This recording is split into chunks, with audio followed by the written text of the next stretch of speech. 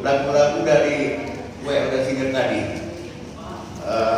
nyambung kayaknya, nggak tahu kenapa. Tadi malam juga saya berpikir kenapa ini ya? Karena di sini di perikop dikatakan pelayanan dan penderitaan Paulus.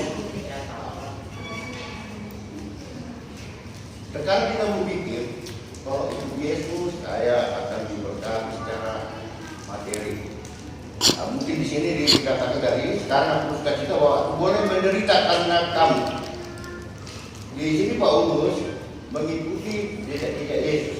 Mungkin kita pernah dengar juga di kitab Lukas ketika Yesus datang dan ketika memanggil murid-murid Yohanes, mereka lagi menjala ikan.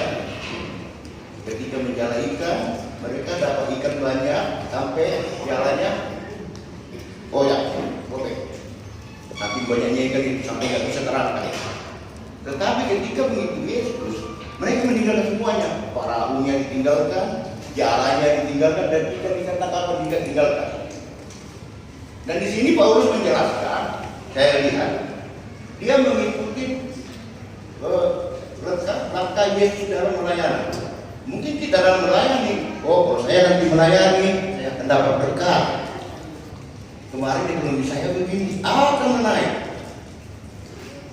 Ketika itu yang terjadi, apa yang akan? Kita mungkin akan mendapatkan kecewa. Dan mungkin pelayanan kita juga tulus. Ada motivasi lain dalam pelayanan. Motivasinya apa? Ingin berkat duniawi. Padahal motivasi pelayanan, kehadiran Yesus itu adalah memberitakan keselamatan. Yesus hadir untuk membawa berkat-berkat rohani. Untuk itu Yesus datang, mati dan disalibkan dan bangkit. Dan kebangkitannya itulah yang membuktikan bahwa dia Tuhan. Dan kita harus semakin teguh seperti tema kita tahun ini ya, pergilah, pergi katanya kepada Abraham. Abraham tak bertanya, kemana Tuhan? Aduh, gimana ini budak-budakku, domba-domba, mau kemana? Mau ke padang gurun, ke tanah tersangka atau tanah subur? Tapi dia yakin bahwa Tuhan akan menuntunnya. Dia terima. Karena bukan karena dia berusaha untuk menjadi kaya, saya kira, karena dia kita tidak jelaskan. Dan mungkin kita ada panggilan itu pergi. Nah, gimana kita menjawabnya? Apa kita menjawabnya? Ya biar diberkati, aku pergi. Berkat apa? Hidup ini hanya sementara. Yesus bilang, lebih bagus makan satu, tapi ke kerajaan surga daripada sempurna tidak masuk ke kerajaan surga. Apakah memang tujuan kita itu untuk materi? Saya bukan mengatakan materi nggak perlu ya, tapi motivasi kita melayani Kristus. Kita bedakan. Saya yakin Tuhan juga nggak mau kita orang-orang yang diberkati. Tuhan juga tidak mau memanggil miskin, tapi memang orang miskin tidak akan lepas dari umatku. Artinya mengikuti Yesus menjadi kaya secara materi, mungkin banyak pergumulan. Seperti kami sendiri sama keluarga kami ada pergumulan-pergumulan. Dan mungkin dalam pelayanan kita mendapat tantangan. Enggak semua yang kita kerjakan baik itu baik bagi orang. Mungkin kita kan membantu si A karena kekurangan datangnya gue ya kan dia ada, tapi ada yang bilang oh dia anak Tuhan, dia membantu, tapi pasti ada juga suara lain biar tahu orang dia kaya makanya dia membantu. Kalau itu yang kita dengar lemah, kita juga melayani akan lemah dan kita nggak yakin. Ketika kita dalam pelayanan ini ya di leader-leader sini, saya yakin jemaat di sini juga akan jadi leader di dalam Tuhan. Memang dulu diangkat di gereja, tapi di dalam Tuhan saya percaya semua kita itu leader. Amin. Amin. Dan khotbah ini untuk kita semua. Amin. Bahwa kita adalah orang-orang yang terpanggil. Saya orang terpanggil, saya mau bekerja di dalam Tuhan. Saya siap untuk Tuhan. Amin. Atau ada yang siap untuk Tuhan? mau surganya aja tapi kasih untuk Tuhan. Memang ya kemanusiaan kita iya. Pokoknya apapun itu masuk surga. Tidur aja kerja tapi mau masuk surga. Kalau itu motivasi kita, ada tantangan, itu akan melemahkan kita. Dan ya, saya sendiri mungkin kan ada jemaat-jemaat, para aja ya, biar orang tahu. Agak yakin dah itu baik, pura-pura baik ada. Wah, dia waktu mendoakan itu pakai puasa seperti itu. Waktu Yesus kan mendoakan puasa Ijebul katanya. Itu pakai puasa Ijebul. Gak percaya. Mana mungkin mendoakan dari puasa? Tetapi kan kita melakukannya dengan iman. Kita bahwa orang-orang terpanggil dan siap menderita. Karena di sini apa? Pelayanan dan penderitaan Paulus. Siap nggak kita menderita dalam pelayanan? Ini judul skripsinya Pak Pak Sudi, penderitaan, menderita. Siap nggak kita menderita? Dihina, dimaki. Mungkin secara ekonomi kita menurun. Kalau nggak siap, saya nggak yakin bahwa pelayanan kita memang benar-benar terkomunikasi untuk melihat Tuhan. Di ayat 2 ini kata, sekarang aku bersukacita bahwa aku boleh menderita karena kamu. Paulus mengatakan, menderita karena jemaat dan menggenapkan dalam dagingku apa yang kurang pada penderitaan Kristus. Dia melihat penderitaan Kristus. Saya yakin Kristus bukan nggak bisa bikin mujizat. Rumah besar, yang terbesar, pelayan ada 2.000 orang. Bukan nggak bisa, tetapi Yesus nggak melakukannya. Artinya kita harus meneladani Yesus dalam mengikuti Yesus. Kita harus meneladani Yesus dalam kerja pelayanannya. Memang kita lihat waktu Yesus yang sebelum penyaliban yang berjalan, banyak orang bangsa Yahudi atau bangsa-bangsa mengikutnya. Ada pikiran apa? Kapan itu Yesus merebut tata Romawi? Kapan? Makanya pada saat Yesus disalibkan, semua dia nggak ada membela. Nunggu mujizat, turun nggak malaikat surga. Tuhan akan meloncat nggak dari salib itu. Tuhan akan merebut Romawi enggak? Makanya dia udah bilang sama Yohanes kan, 3 kali berkokok. Muridnya sendiri terpercaya. Tetapi memang karena kebangkitannya lah, dia membuktikan dia Tuhan, baru mulai percaya bahwa Yesus adalah Tuhan. Atau kita tunggu dulu ditegur, baru Yesus kita disebut Tuhan. Atau kita tunggu ditegur dulu, baru kita mau dipakai Tuhan. Saya percaya ketika kebanggaan tertinggi ketika kita dipakai oleh Tuhan. Motivasinya apa? Jadi bukan materi. Motivasinya apa? Berkat surgawi, berkat rohani. Kalau kita tujuannya berkat jasmani, saya percaya dewa, kita akan lemah, kita dapat serangan. Jangan bilang Yesus sendiri diserang orang Farisi, diserang orang Saduki, ahli Taurat dan pelayanan. Dan kita juga mungkin akan diserang. Siap nggak kita diserang, diomongi, dicaci maki, siap nggak? Karena bercerita Yesus, kita harus bercerita dengan penderitaan. Karena dibuat di kitab Yesaya semua, Mesias akan datang itu siap menderita menjadi anak manusia, bukan menjadi orang, bukan karena Yesus tidak bisa bikin rumah besar, sudah sulap. Dan jadi rumah besar, jadi kaya, jadi emas, bukan tidak bisa.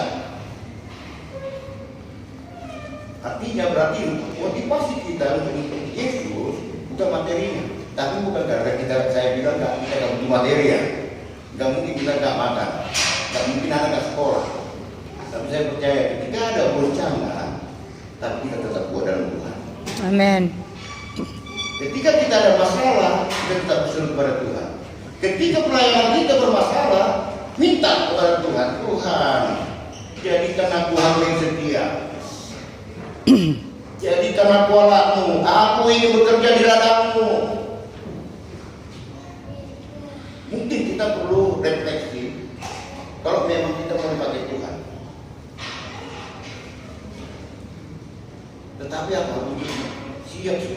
Kristus menderita. Seperti Rasul Paulus dikejar, dibunuh, mau dibunuh, dan semua rasul-rasul semua menderita. Ada yang disalib, ada yang saling terbalik, ada yang saling siram, dan yang terakhir Yohanes dibuang ke Patmos.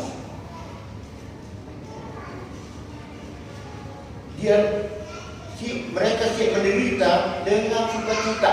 Nah ini penderitaan di dalam sukacita. Ketika mata kita tertuju kepada Yesus, walaupun kita menghadapi penderitaan, tapi sukacita tidak pernah hilang dari kita. Amin. Amin. Semua kita punya masalah ya. Siapa ada yang punya masalah? Tetapi tetap bersukacita dalam Kristus. Amin. Mata harus tertuju kepada Kristus. Dan sebagai ujungnya apa? Mari kita dipakai Kristus. Saya kan gak leader ya. Saya kan hanya jemaat biasa. Tapi saya mau katakan, semua kita dalam Kristus adalah leader. Cuma gereja gak diangkat, gak disekarang istilahnya. Tetapi dalam Kristus semua kita. Karena kata pergi, gak usah tanya, gak usah minta SK, gak usah minta dia gembala. Baik-baik dapat gembala kan? Saya diangkat diri, gak perlu. Pergi kata Tuhan, pergi.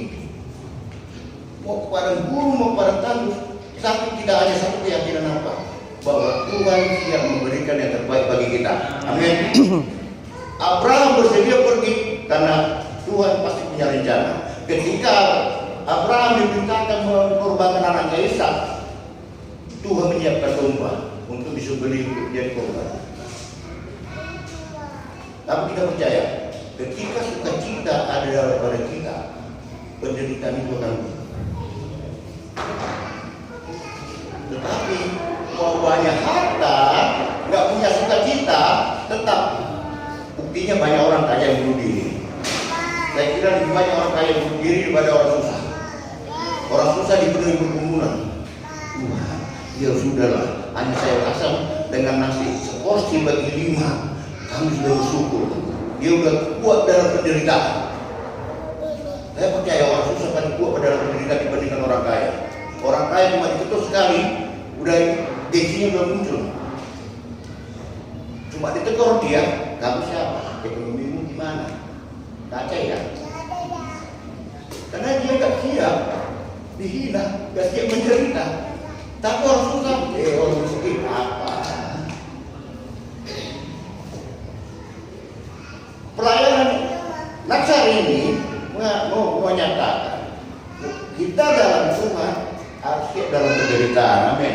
Amin. Artinya mau dimaki, mau diapa, tetap Tuhan tertuju. Bukan karena kita mau jadi kaya. Coba, ada yang berani nggak menegur misalnya ada orang kaya konglomerat besar, dia melakukan kesalahan, ada yang berani menegur nggak? Oke, ada yang berani. Dia akan jawab apa? Memang kamu siapa yang mengajari saya? Karena dia nggak akan siap. Dan saya percaya kita ini adalah orang-orang yang siap ditegur oleh Tuhan. Amin. Karena apa? Siap dalam penderitaan, bukan motivasi kita untuk menderita ya. Jangan bedakan motivasi menjadi penderita. Dia itu tadi kok Bapak Raja Ibu bilang siap menderita, udah hidupku menderita aja, bukan. Tetapi ketika kita siap menderita, kita akan tetap kuat dalam Tuhan. Amin. Kalau kita kasih menderita, kita akan goyah. Dan dalam pelayanan juga, kalau kita kasih menderita, pelayanan kita goyah. Makanya banyak hamba Tuhan yang mengundurkan diri. Banyak leader mengundurkan diri. Pak, saya permisi dulu Pak, kalau yang Pak, ekonomiku lagi kurang baik Pak. Saya mengundurkan diri dulu dari pelayanan. Kecewa, gak siap dalam penderitaan. Yesus tak pernah mengajarkan kita secara materi menurut saya, tapi Yesus mengajarkan kita untuk selalu berseru kepada Tuhan, untuk taat kepada Tuhan. Untuk itu dia lahir, untuk kita diselamatkan. Aku telah menjadi pelayan jemaat itu sesuai dengan tugas yang dipercayakan Allah kepada aku untuk meneruskan firman-Nya dengan sepenuhnya kepada kamu. Paulus mengatakan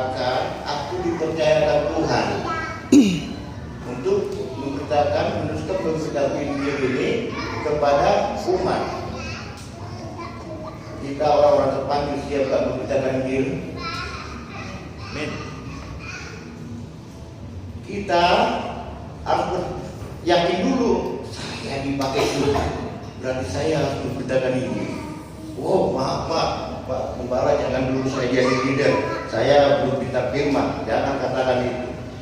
Di Markus 16 itu sesuai sama album yang terakhir juga apa?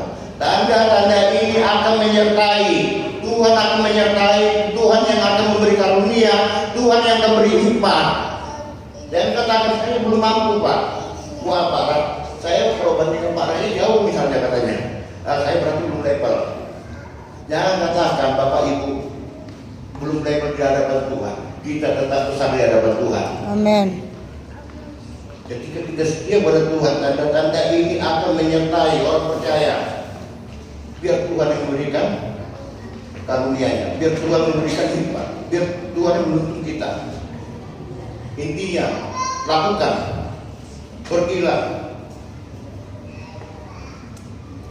jangan goyang.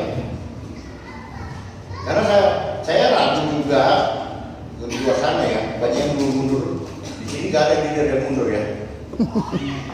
Gak ada leader yang mundur. Tapi di kerja lain banyak yang mundur. Aduh, ekonomi saya kurang, saya mundur. Aduh, saya gak ada peningkatan. Karena motivasinya bukan menjadi, saya yakin leader di sini yang sebelumnya gak bisa berdoa, jadi berdoa. Mungkin Pak Gembala tahu ya. Saya kalau udah disuruh bikin doa dulu gimana Pak?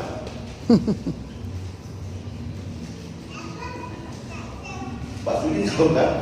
Pak, mau apa? Mau tahu kan rumah Tiara kalau saya disuruh bikin doa? Jangan saya. Hikmahnya dari mana? Dari Tuhan. Itu sekolah itu hanya apa sarana. Tapi Tuhan yang menuntut. Ketika kita melayani, kita akan dipenuhi dengan firman Tuhan. Seperti ini dalam khotbah ini kan. Nah, ini firman ini sekarang bukan masuk teologi hingga di tengah, karena motivasinya pelayanan.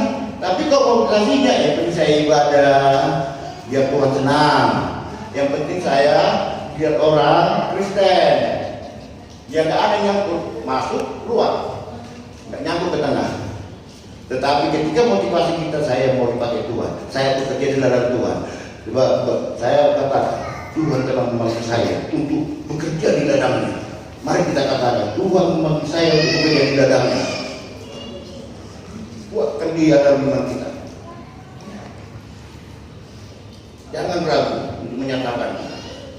Yakinkan diri kita bahwa kita adalah orang-orang yang dipakai oleh Tuhan. Amin. Amin. Yakin ya?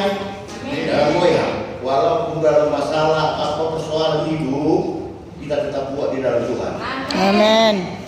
Rasul-rasul semua menderita, penderitaan, mengalami penderitaan dalam pelayanan, tetap kuat dalam Tuhan. Walaupun mati disalibkan, masih bersyukur. Gimana kita? Baru jangan sedikit, Pak Gembala, permisi Pak, saya nggak kuat untuk melayani. Ekonomiku Pak lagi goyang, saya bukan diri dulu Pak, atau saya berhenti dulu setahun 2 tahun, ya kan? Saya yakin di sini belum ada ya, Pak ya, nggak ada ya Pak ya. Nah, itu di luar, berarti di luar di gereja sana, di luar sana itu ya. Ya itu rahasia yang tersembunyi dari abad ke abad dan dari turunan ke turunan, tetapi sekarang dinyatakan kepada orang-orang kudus ya. Kepada mereka Allah mau mengucapkan betapa kaya dan mulianya rahasia itu di antara bangsa-bangsa lain, yaitu Kristus yang ada di tengah-tengah kamu. Kristus yang adalah pengharapan akan kemuliaan. Orang beriman tidak lepas dari pengharapan. Masalah boleh banyak, tetapi ketika kita masih punya pengharapan kepada Kristus, kita tetap kuat dalam persoalan. Amin. Kalau kita nggak punya pengharapan, masalah sedikit kita akan goyang. Pelayanan kita juga akan goyang. Karena kita sudah putus dari pengharapan akan Kristus. Dan motivasi pelayanan juga bahwa kita bertuju memiliki pengharapan yang kuat kepada Kristus.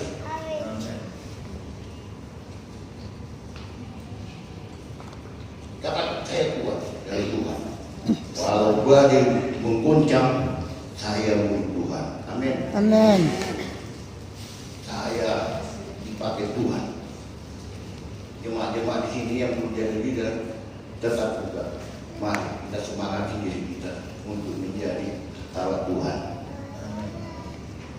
Ketika kita jemaat bersepakat dengan itu, saya percaya jiwa-jiwa akan menerima. Amin.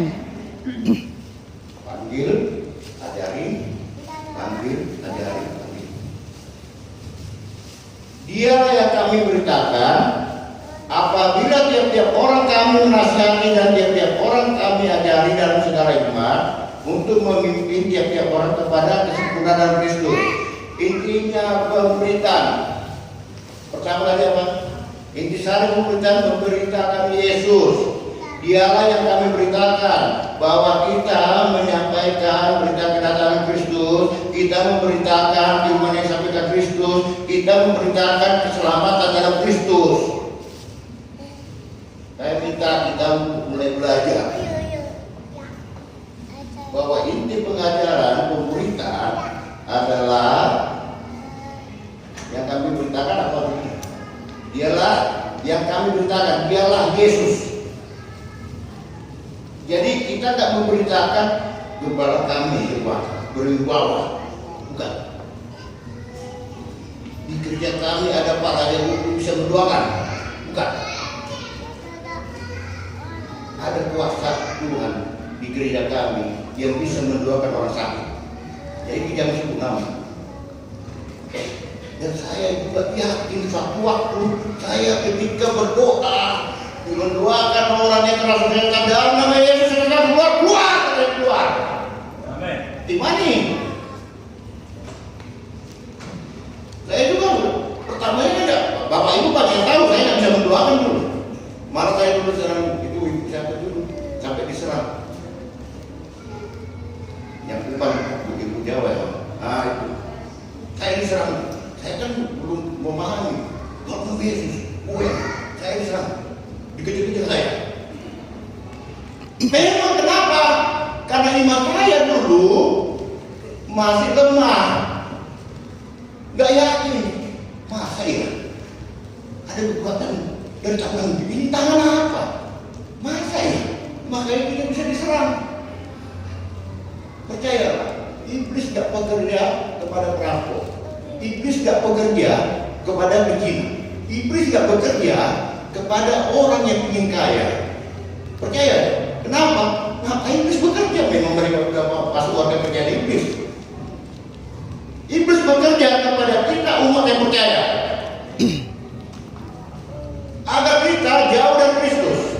Makanya ini pengajaran pemberitaan adalah memberitakan Kristus, bahwa di dalam Kristus ada kekuatan yang baru, ada pengharapan, ada kasih. Jangan katakan apa pencuri, oh itu iblis bekerja. Iblis tidak perlu bekerja. Untuk apa dia bekerja? Memang udah pencuri, nggak perlu digoda juga. Memang udah mencuri, nggak perlu capek-capek dia. Karena iblis juga ingin kerajaannya semakin besar. Jadi pemerintah intinya di sini dikatakan dialah yang kami beritakan, Yesus. Yang kita bilang, ya dia pencuri itu perlu doakan karena iblis bekerja padanya. Tapi memang ada itu karena mungkin ada perjanjian nenek moyang kepada itunya Bapak. Kertas. Itu mungkin. Nah, itu lepas kita bebaskan kuasanya, kuasa iblisnya. Gantian. Tapi nggak perlu lagi iblis kerja memang karena dia udah itu yang kita lepaskan. Dan saya yakin iblis bekerja untuk kita yang percaya.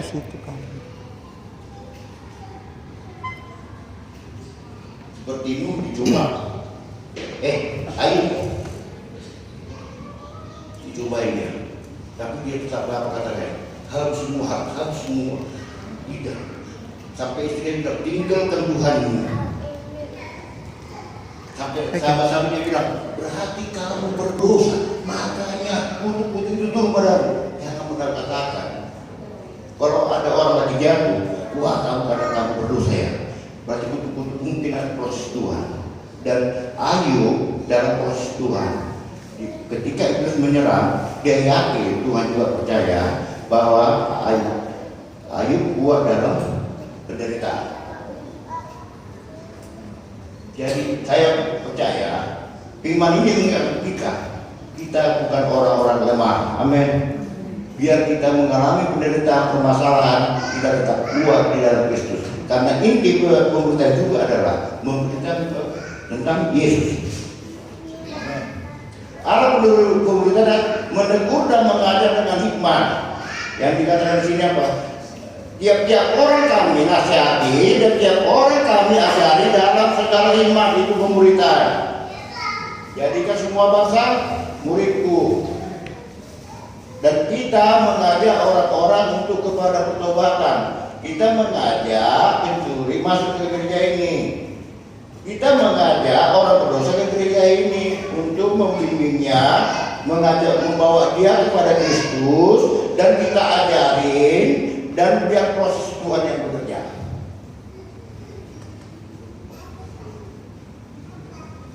Jadi jangan katakan karena dia nggak berubah, wih gagal pelayanan, saya tidak yakin. Mungkin ya ada rencana Tuhan untuk itu.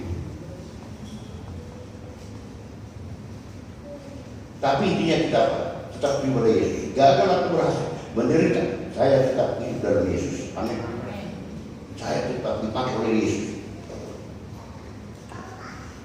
Yesus tak mengurangi saya, walaupun saya dalam penderitaan. Jangan pernah putus dari harapan. Karena tujuan pemberitaan itu apa? Untuk membawa setiap orang menjadi dewasa di dalam Kristus. Seperti saya bilang tadi, dulu saya mendoakan, dulu saya disuruh berdoa agak bentar. Dulu saya disuruh khotbah masih begini, pastor. Artinya ketika kita hati kita berarti kita menjadi dewasa dalam iman.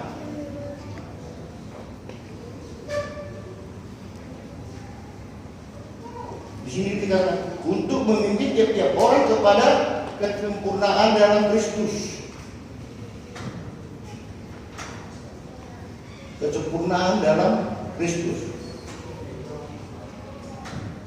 Karunia tanda-tanda ini akan menyertai kita imani, agar pelayanan kita tidak lemah. Kita imani ada penyertaan Tuhan. Itulah yang kuusahakan dan ku pergumulkan dengan segala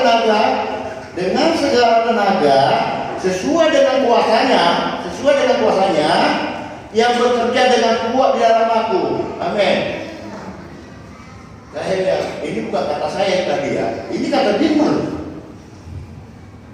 Saya hanya menjabarkan saja. Itulah yang kayak sebenarnya. Itulah yang kuusahakan dan kupergumulkan dengan segala tenaga sesuai dengan kuasanya, kuasa yang kita terima dari Tuhan, yang bekerja dengan kuat di dalam aku. Yakinkan bahwa Tuhan bekerja dalam dirimu. Amin. Ketika aku melayani, Tuhan menyertai saya. Ketika saya melayani, ada kuasa yang saya terima. Ada kekuatan yang baru yang di luar jangkauan yang akan saya terima.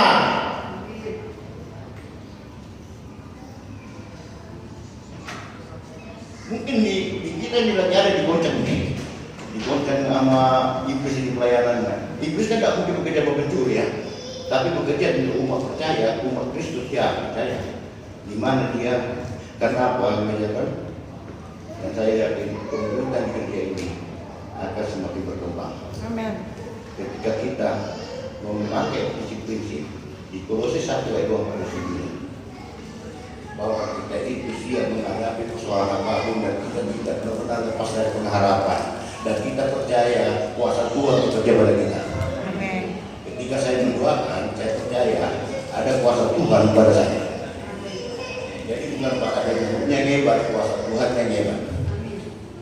Didoakan sembuh, seperti kemarin kami berapa tim mendoakan Benny sembuh, itu kuasa Tuhan yang bekerja. Dan katakan itu kuasa saya.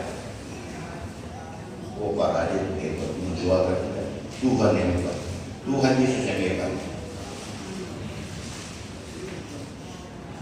Tapi kalau kata saya katakan kemarin, kuasa saya yang ada, itu gak sembuh. Makanya itu semua tertuju pada Yesus. Dan yakinlah Bapak Ibu tetap kuat dalam penderitaan, walaupun tetap kuat dalam penderitaan, walaupun banyak masalah, tetapi Yesus tetap tetap tertuju pada Yesus. Itu yang pertama. Yang kedua, saya dipakai Tuhan. Yang ketiga, kuasa Tuhan turun pada saya. Yang keempat, berkat pegawai urusan Tuhan. Yang motivasinya biar masuk surga, jangan. Karena keselamatan oleh iman, bukan karena perbuatan. Nanti jadi salah yang terang, kepaknya gagal. Bukan setiap orang yang berseru kepada Tuhan yang akan masuk ke surga. Tuhan, aku udah layak masuk surga. Saya sudah menjadi orang sakit. Saya sudah menjangkau jiwa-jiwa. Saya sudah membantu orang miskin menjadi kaya. Makanya saya sudah layak Tuhan. Bukan setiap orang berseru kepada Tuhan akan masuk ke surga. Menurut kita, jangan menurut kita, menurut Tuhan. Masalah keselamatan biar urusan Tuhan. Tapi dengan iman kita yakin bahwa kita sudah selamat. Iman kita dulu, ya kita sudah selamat. Tapi masalah keselamatan urusan Tuhan. Tapi secara iman kita sebagai orang selamatkan apa tugasnya? Ikut dalam Kristus, ikut menderita dalam Kristus. Karena kita diciptakan untuk melakukan perbuatan baik, bukan melakukan perbuatan baik agar selamat. Bukan karena melakukan perbuatan baik baru anak Tuhan, tapi karena kita anak Tuhan pasti kita melakukan perbuatan baik. Ketika mata kepada Kristus kita akan melakukan perbuatan baik. Jadi mengevaluasinya apa? Apa yang sudah kita lakukan selama ini itu sebagai evaluasi kita. Sudahkah kita benar-benar dalam Kristus? Evaluasinya itu bukan melakukan perbuatan baik itu selamat. Karena sudah selamat maka melakukan perbuatan baik. Evaluasinya apakah saya sudah di dalam Kristus? Itu dia. Oh iya, saya belum bisa melakukan sesuatu. Bagi saya di dalam Kristus. Baru saya percaya keselamatan itu dengan iman. Kalau kita memang orang-orang yang selamat. Dan saya percaya cuma Tuhan yang di dunia ini semua adalah warga kerajaan surga. Mari kita percaya keselamatan kita. Mari kita dengar panggilan Tuhan kepada kita. Dan dengan iman kita tetap dalam pengharapan. Dan dengan iman kita tetap masuk surga. Dan dengan iman juga kita akan menjadi semakin dewasa dalam Tuhan. Mari kita berdiri.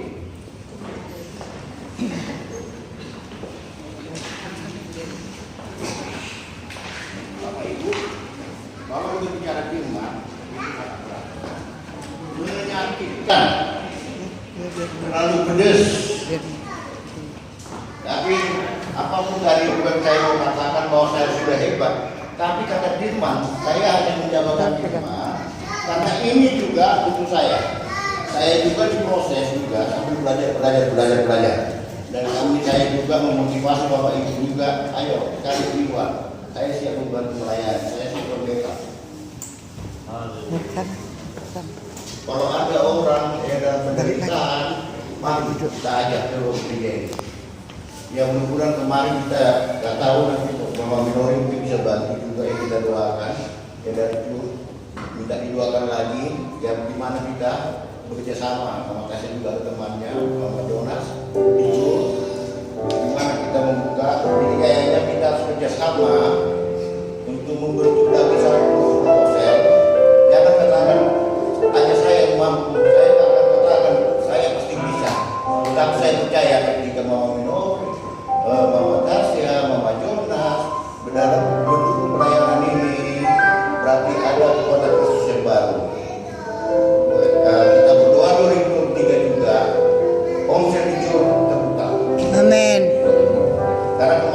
saya yakin caranya Tuhan. Dia saya belum punya anak kapan tahu kalau Pak di luar saya doakan. Tapi dia merasa agak enak. Nanti kita lanjut lagi Bu. Nanti 2023 kita akan bikin ibadah di rumah. Biar nanti dia mengundang. Tapi saya mohon dukungan teman-teman juga untuk juru terbuka tadi konsen.